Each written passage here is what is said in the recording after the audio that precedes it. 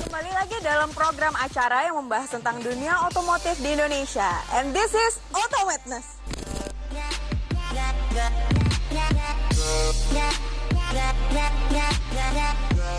Segmen kali ini kita akan membahas tentang profil seorang wanita yang memiliki passion di bidang otomotif, dari aktif berkomunitas hingga balapan di sirkuit.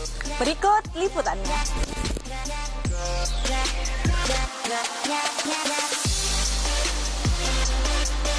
Deni Suksesti yang akrab disapa Bunda Denis adalah sosok wanita inspiratif dengan kecintaan mendalam terhadap dunia otomotif. Perjalanan Bunda Denis di dunia otomotif dimulai pada tahun 2010 saat ia bergabung dengan BMW Car Club Indonesia. Alasan utamanya bergabung adalah untuk memperdalam pengetahuannya tentang dunia otomotif, terutama mengenai mobil kesayangannya.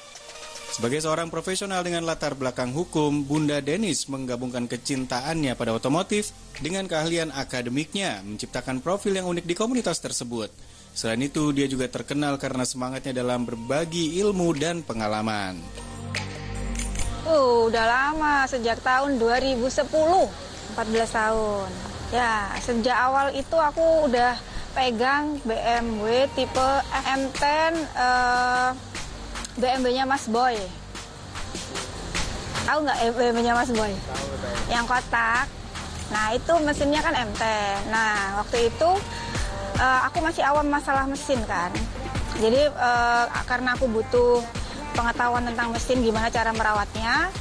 Jadi akhirnya kebetulan aku ketemu sama komunitas. Waktu itu gue makan di sebuah restoran. Waktu itu ada ngumpul BMW banyak gitu ya, lagi-lagi kopdar mereka. Nah, M10 ku melintas tuh di situ sama parkir sama beli makan. Terus ternyata gue langsung nimbrung di situ. Ini komunitas ya gitu. Oh iya Mbak. Akhirnya mereka ngajakin ikut gabung sama klub mereka. Ternyata klub itu adalah BMW CCI. Jadi alhamdulillah waktu itu aku langsung ketemu di saat yang tepat. Di saat gue butuh informasi mobil, mesin, ketemu komunitas klub yang resmi. Akhirnya waktu itu gue gabung. Ikut komunitas tuh ternyata nggak hanya cuman nongkrong gitu aja ya. Ternyata ada agenda-agenda tahunan. Salah satunya itu dari BMW CCI ada namanya ISOM, OMR. Nah kayak gitu, itu event balapan di Sentul. Nah di situ anggota dari chapter boleh mau mengirimkan perwakilan untuk lomba di situ, race gitu loh. Ada kategorinya, ITCC kayak gitu. Nah kebetulan aku juga hobi gitu kan.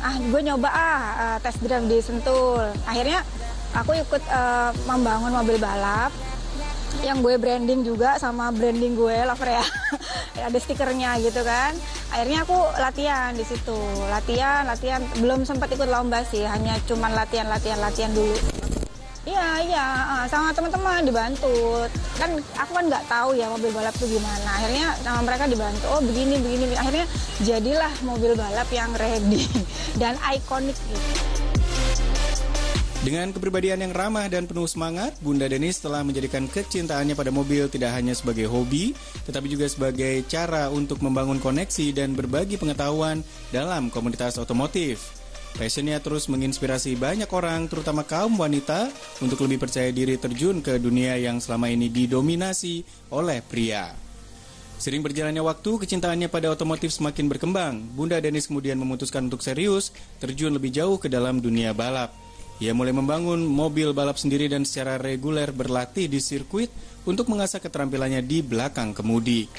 Meskipun belum terjun di kompetisi resmi, komitmennya pada dunia balap ini tidak hanya mencerminkan ambisi pribadinya, tetapi juga menjadi contoh bagi banyak wanita yang ingin mengejar passion di bidang yang umumnya didominasi oleh pria. Ya, yang pertama di komunitas itu kita nambah keluarga, nambah teman, nambah relasi. Nah itu tuh nggak bisa dicari kalau nggak, karena kita hobi ya. Kita nggak akan betah di situ gitu loh. Karena kita hobi, akhirnya kita betah, juga nambah keluarga, nambah relasi di situ. Nah itulah di situ juga akhirnya menambah wawasan juga, menambah rezeki karena relasinya bertambah. Terus bisa menyalurkan kreativitasnya kita sebagai entrepreneur kan kita juga harus berkreasi ya. Nah di situ juga banyak ketemu orang-orang baru, tukar ya, ide, tukar pikiran. Nah kayak gitu-gitu kita bisa temukan di komunitas sih. Makanya aku betah banget. Dan otomotif ini karena kita juga setiap hari-hari kan pakai mobil.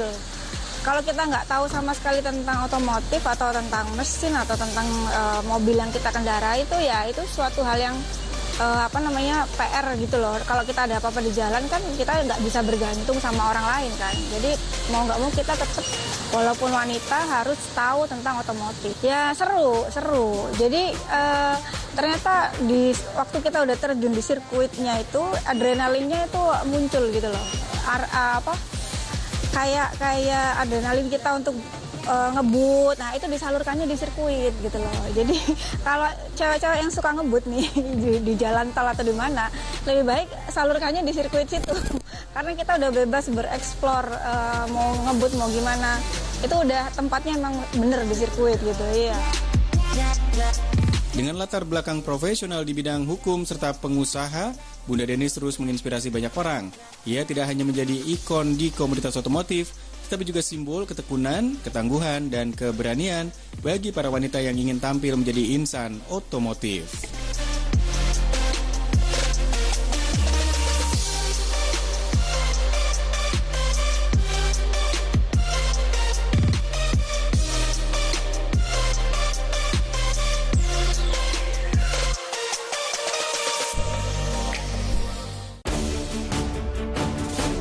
Mengisi waktu siang Anda, kami hadirkan berbagai informasi yang terjadi.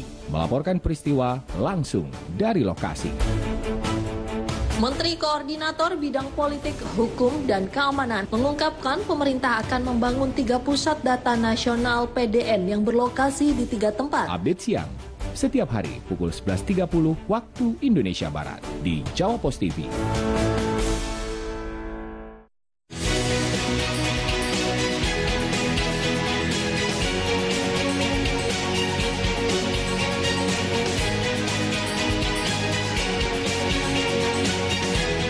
Siva, herbal berkhasiat tinggi yang sudah terbukti dan tidak diragukan lagi manfaatnya. Tunggu apa lagi? Segera sembuhkan penyakit yang Anda derita dengan minum Pro Siva.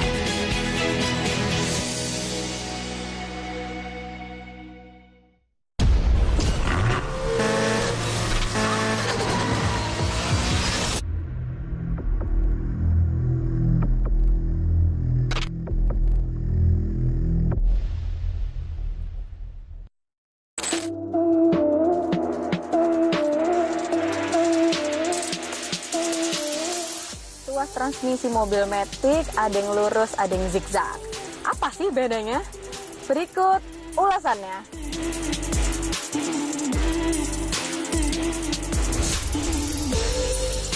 Pernah menyadari nggak sih kalau tuas transmisi matic ada yang lurus, ada yang zigzag?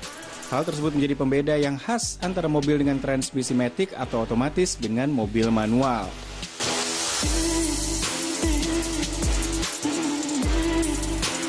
Hiasan atau ornamen semata, tuas transmisi matic yang memiliki pola lurus dan zigzag ternyata memiliki perbedaan. Misalnya tuas transmisi zigzag, fungsi utamanya membantu pengemudi memiliki pengendalian yang lebih baik saat berpindah kecepatan transmisi. Pengemudi harus mengikuti alur zigzag saat berganti mode. Sementara tuas transmisi lurus, model tersebut menawarkan kemudahan penggunaan. Pengemudi hanya perlu menggerakkan tuas persneling ke atas atau ke bawah saat ingin berpindah mode transmisi. Tuas transmisi zigzag secara respon juga akan membantu pengemudi mengganti gigi dengan lebih sensitif dan berpindah mode berkendara lebih cepat. Sementara tuas transmisi lurus, pengemudi bisa berpindah gigi lebih cepat namun perlu berhati-hati jika salah memilih mode.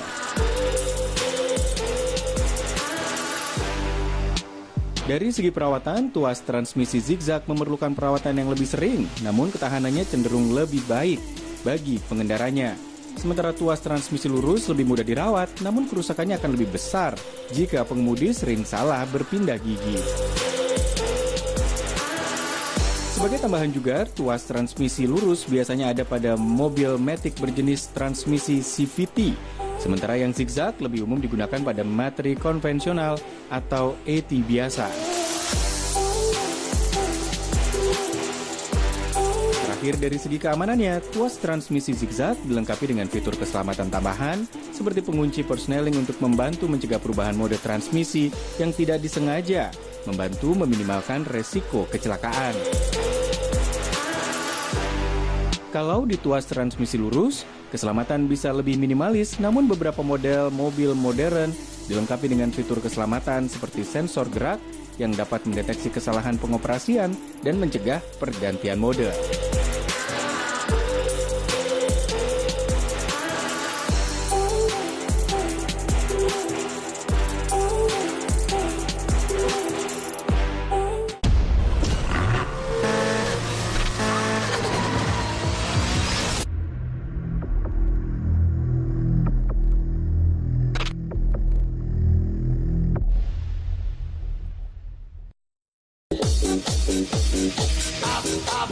Update Makan Wena hadir menemani sore Anda dengan ragam menu pilihan yang bisa menjadi referensi jelajah pengalaman kuliner Anda. Kalau udah makan, udah geleng-geleng itu berarti Ditemani host kita, Junung Haha. Update Makan Wena setiap hari pukul 15.30 waktu Indonesia Barat. Hanya di Jawa Pos TV. oke, tetap kasihkan update Makan Wena. Lolos. Suami Anda loyo. Keharmonisan ibu-ibu mulai terancam. Ini dia solusinya, Kesatrian Kapsul isi 6.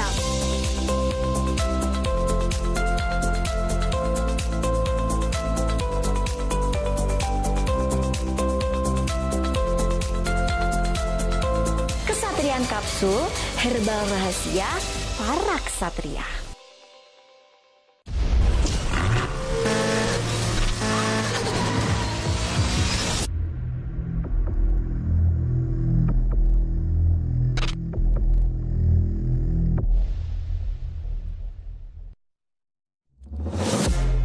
Ciri-ciri selang radiator mobil rusak dan perlu diganti. Kalau dibiarkan bisa sebabkan overheat. Berikut ini ulasannya.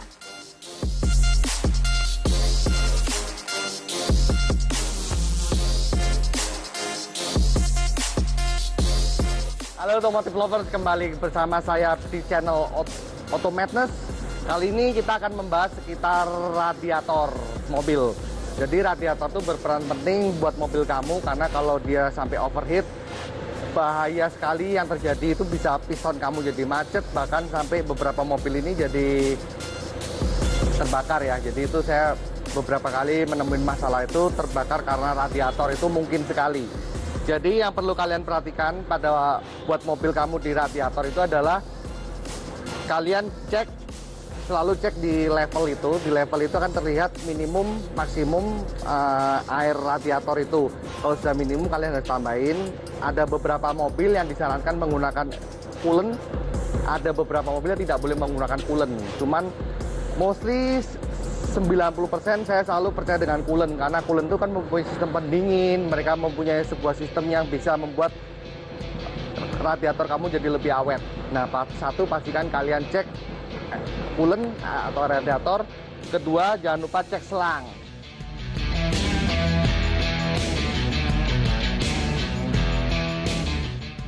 Selang radiator sering tidak dianggap penting, padahal termasuk salah satu komponen yang bermanfaat sebagai pendingin mesin mobil.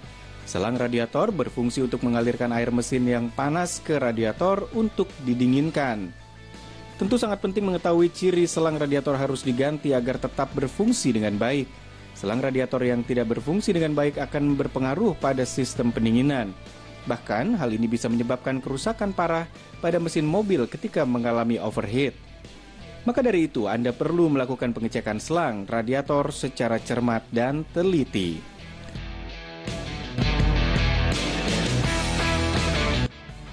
Nah, selang radiator, ini yang kalian harus perhatikan. Dia harus bisa pumping, dalam artian dia harus bisa ditekan lalu dia akan kembali. Jangan sampai dia keras. Keras itu karena usia, karena ini kan dia kena air panas. Karena radiator itu sifatnya panas sekali, jadi dia bisa jadi melar, bisa jadi kaku, dan bisa terlihat kadang-kadang ada kayak di dalam sini ada benangnya, coy. Di sini ada benangnya, dia bisa sobek-sobek itu harus kalian ganti langsung tanpa nunggu besok. Jadi pastikan kalian ke bengkel rekanan kalian yang terpercaya, bisa mengkonsultasikan, tapi kalian harus bisa mengerti bagaimana cara ngeceknya secara basic.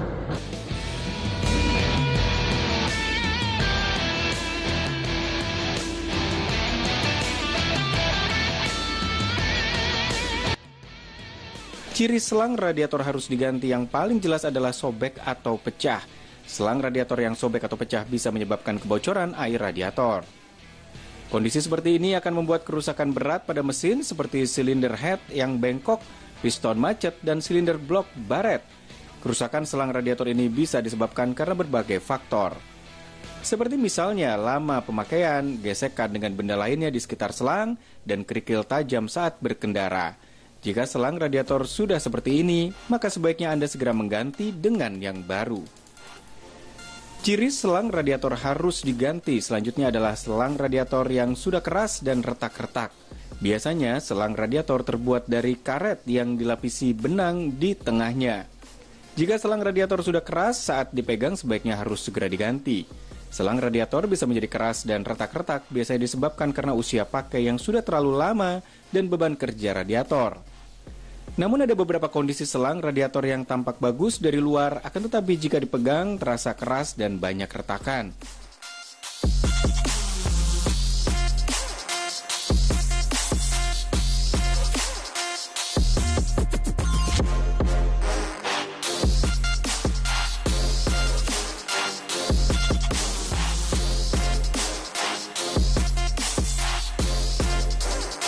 Selang radiator terbuat dari jalinan benang-benang yang kokoh. Hal ini bertujuan agar selang radiator tidak mudah berubah bentuk jika tertekan tekanan tinggi sehingga tidak mudah menggembung. Apabila selang radiator menggembung saat terkena tekanan, maka jalinan benang-benang pada selang radiator tersebut sudah putus sehingga menyebabkan selang radiator menggelembung. Tentu jika dibiarkan terus-menerus bisa pecah dan menyebabkan mesin overheat. Ciri selang radiator harus diganti berikutnya adalah saat penggunaannya sudah lebih dari 5 tahun. Hal ini karena biasanya umur selang radiator hanya tahan sampai 5 tahun saja. Untuk memaksimalkan penggunaan selang radiator, jangan sampai melebihi batas waktunya.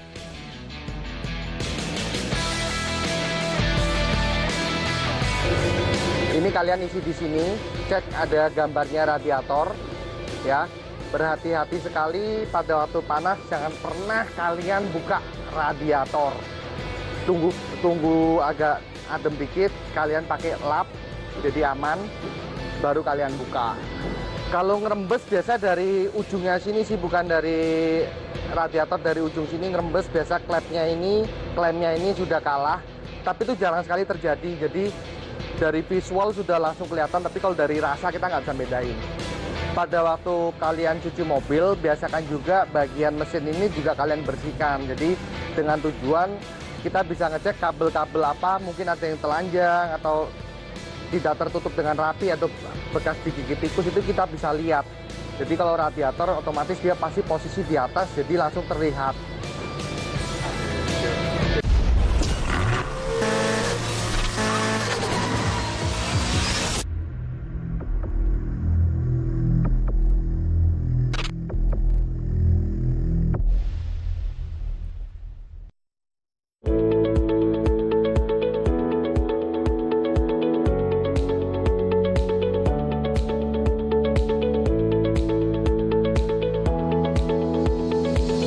Banyak faktor penyebab gangguan seksualitas dan gaya hidup tidak sehat, dan dapatkan Madu On sekarang juga di apotek yang bekerja sama dengan kami atau kunjungi website kami. Madu On, sampai tua on terus. Deretan video lucu dan unik dari netizen yang viral di media sosial bakal bikin harimu lebih asik dan menarik. Lagi asik-asiknya main dorong-dorongan sama Besti yang naikin kursi roda, nggak taunya beneran kena batunya nggak tuh? BJPK, viral jempol, viral kocak. Hanya di Jawa Post TV. Ya.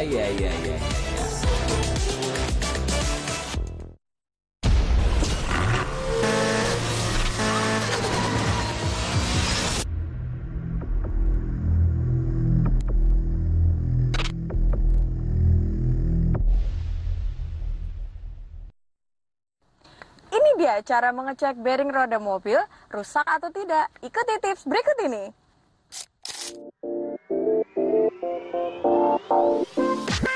Kondisi bearing roda yang rusak akan membuat performa kendaraan menjadi tidak maksimal. Paling parah, bearing roda mobil yang rusak juga bisa menyebabkan kecelakaan karena roda dan ban bisa saja terlepas dari porosnya. Hanya saja tata letak yang tidak bisa dilihat dengan mudah membuat komponen ini sering terabaikan. Bahkan kerap kali mobil baru dibawa ke bengkel setelah kerusakan bearing sudah sangat parah. Itu sebabnya sangat penting bagi pemilik kendaraan untuk mengetahui apa saja ciri-ciri bearing roda yang rusak. Terkait ciri-ciri dan gejala bearing roda mobil rusak sendiri sebelumnya sudah kami buatkan ulasannya. Otomotif Lover kembali bersama saya di acara Automatters. Kali ini akan bincang kulas tentang bearing pada mobil. Nah, biasanya itu orang mengeluhkan pada waktu berkendara ada bunyi gluduk. Nah, itu pasti kalian harus cek bearing. Nah, bagaimana cara mengecek bearing? Kalian ambil dongkrak, misalnya DIY ya, dongkrak, kita dongkrak mobilnya. Ini kan terangkat. Setelah kita terangkat, kita kocak. Dia kan tek ada seperti celah ya. Nah, itu waktu kalian ganti bearing itu bersifat muter. Jadi ada lakernya di sini, jadi pasti posisi di sini. Nah, ini dia muter di sini nih bearing. Tapi kecil ya, bentuknya kecil. Nah, itu bisa diganti sendiri. Tapi perhatikan pada waktu kalian memasang kembali baut roda itu harus kenceng ya. Ada beberapa kasus dulu DIY dikira gampang, tapi melupakan untuk mengencangkan ini karena mungkin buru-buru atau mungkin ada urusan, tapi saran saya sih bawa ke bengkel langganan kalian. Nah, itu karena bearing ini dia bisa, kalau dia aus ada bahaya yang akan terjadi di situ.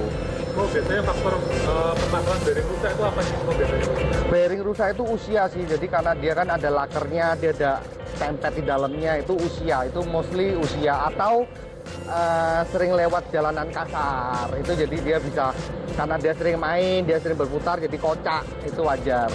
Ciri utama bearing rusak sudah pasti suara ya, Bu ya? Suara, bunyi kotak-kotak itu pasti. Entah itu ban di depan, belakang, atau sama aja, Bu ya? Sama aja. Depan, belakang, semua ini ada bearingnya dan cirinya pasti sama. Terus terakhir tips buat menjaga bearing biar tetap kita peka akan bearing itu rusak atau enggak apa, Bu?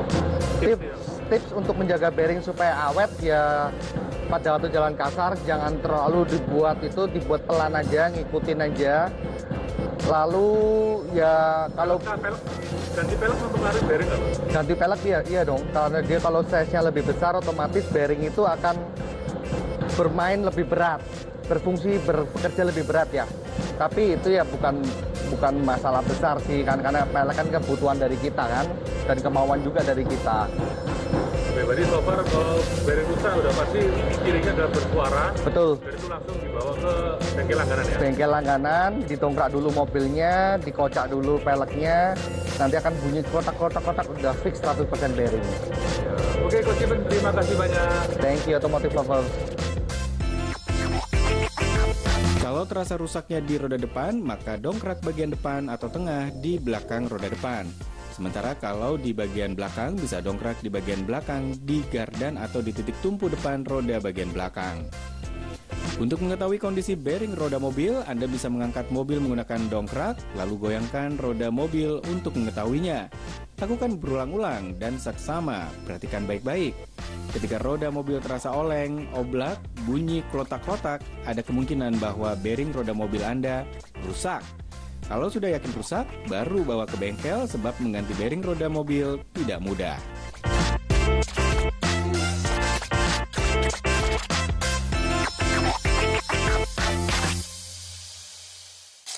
Oke, sudah 30 menit kita bersama. Saya Nakita Milenia, pamit undur diri and see you in the next episode. Bye-bye.